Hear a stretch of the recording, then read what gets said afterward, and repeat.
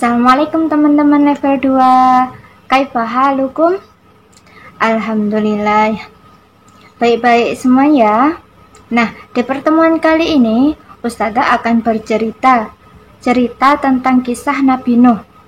Mulai dari keluarga Nabi Nuh, perjalanan dakwah Nabi Nuh. Simak terus video Ustazah ya. Kisah Nabi Nuh. Keluarga Nabi Nuh. Nabi Nuh merupakan Rasul yang pertama kali diutus di muka bumi ini.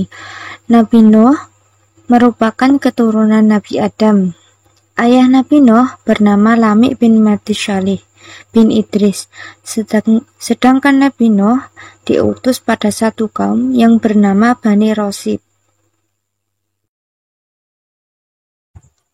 Dakwah Nabi Nuh.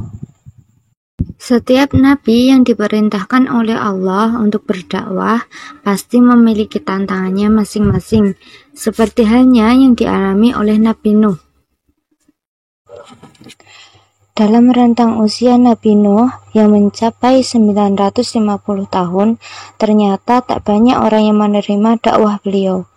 Hanya sekitar 80 orang saja yang akhirnya menjadi pengikut Nabi Nuh.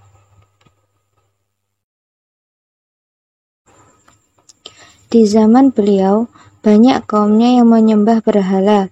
Mereka memanggil berhala-berhala itu dengan berbagai nama, seperti Wadak, Suwak, dan Yakut. Kadang juga mereka memanggil dengan Ya'uk atau Nasr. Pada kondisi seperti ini, Nabi Nuh mendakwahi kaumnya dengan ulet dan sabar. Beliau juga berdakwah dengan menyampaikan kata yang lembut, serta mencurahkan kepeduliannya kepada mereka. Nabi Nuh alaihissalam berdakwah di siang dan malam hari, baik secara sembunyi-sembunyi maupun terang-terangan. Jika beliau melihat peluang dakwah di malam hari, maka beliau melakukan dakwah di malam hari itu juga. Dan bila ada peluang dakwah secara terang-terangan, maka beliau menyampaikan dakwah secara terang-terangan juga. Walaupun Nabi Nuh sudah berdakwah bertahun-tahun, tetap saja mereka tidak mau menerima dakwah Nabi Nuh. Bahkan mereka selalu mencela Nabi Nuh. Setelah berdakwah sekian lama, Nabi Nuh pun mengadu kepada Allah karena kaumnya tidak mau menerima dakwahnya. Lalu Allah memerintahkan kepada Nabi Nuh untuk membuat kapal yang sangat besar. Nabi Nuh memulai dengan menanam pohon dan menunggu selama bertahun-tahun, sampai pohon tersebut dapat ditebang untuk membuat kapal. Kapal buatan Nabi Nuh ini menjadi kapal pertama yang sangat besar pada zamannya. Kapal tersebut dibuat selama 2 tahun dengan 3 tingkatan.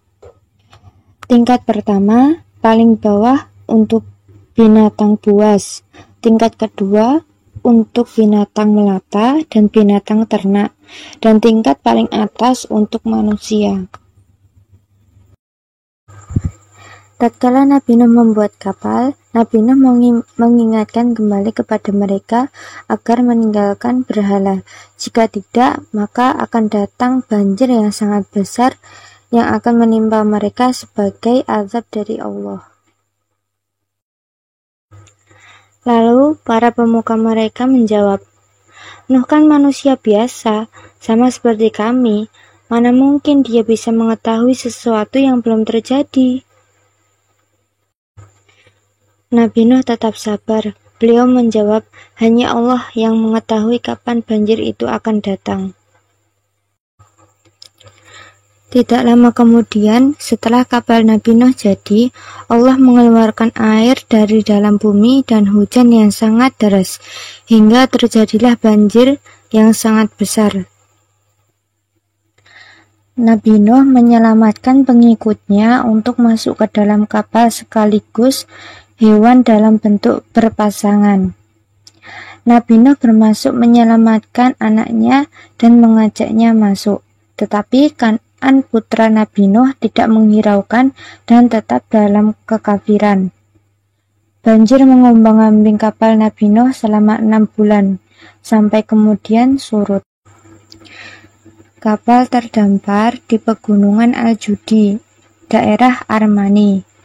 Semua pengikut Nabi Nuh yang ada dalam kapal diselamatkan oleh Allah. Nah, itu tadi sedikit cerita tentang kisah Nabi Nuh. Dalam kisah Nabi Nuh, kita bisa mengambil banyak sekali hikmahnya. Seperti pertama, pada ketaatan Nabi Nuh dalam menjalankan perintah Allah untuk berdakwah. Nabi Nuh tidak pernah mengeluh apa yang Allah perintahkan, tidak pernah menentang sedikit pun apa yang Allah perintahkan. Kedua, Nabi Nuh sangat sabar dalam dakwahnya sampai mendapat gelar Ulul Azmi. Kesabarannya lah yang membuat Nabi Nuh mendapatkan gelar itu. Kita bisa mengambil hikmah dari kesabaran beliau. Kita bisa sabar dalam hal apapun. Ketiga, Nabi Nuh sangat sungguh-sungguh dan gigih dalam berdakwah. Walaupun dihina, Nabi Nuh tidak pernah marah. Nabi Nuh malah membalas dengan kebaikan. Nah, kita bisa meniru sifat itu. Kalau kita dihina oleh teman kita, maka kita harus membalas dengan kebaikan. Itu tadi sedikit penjelasan dari Ustazah.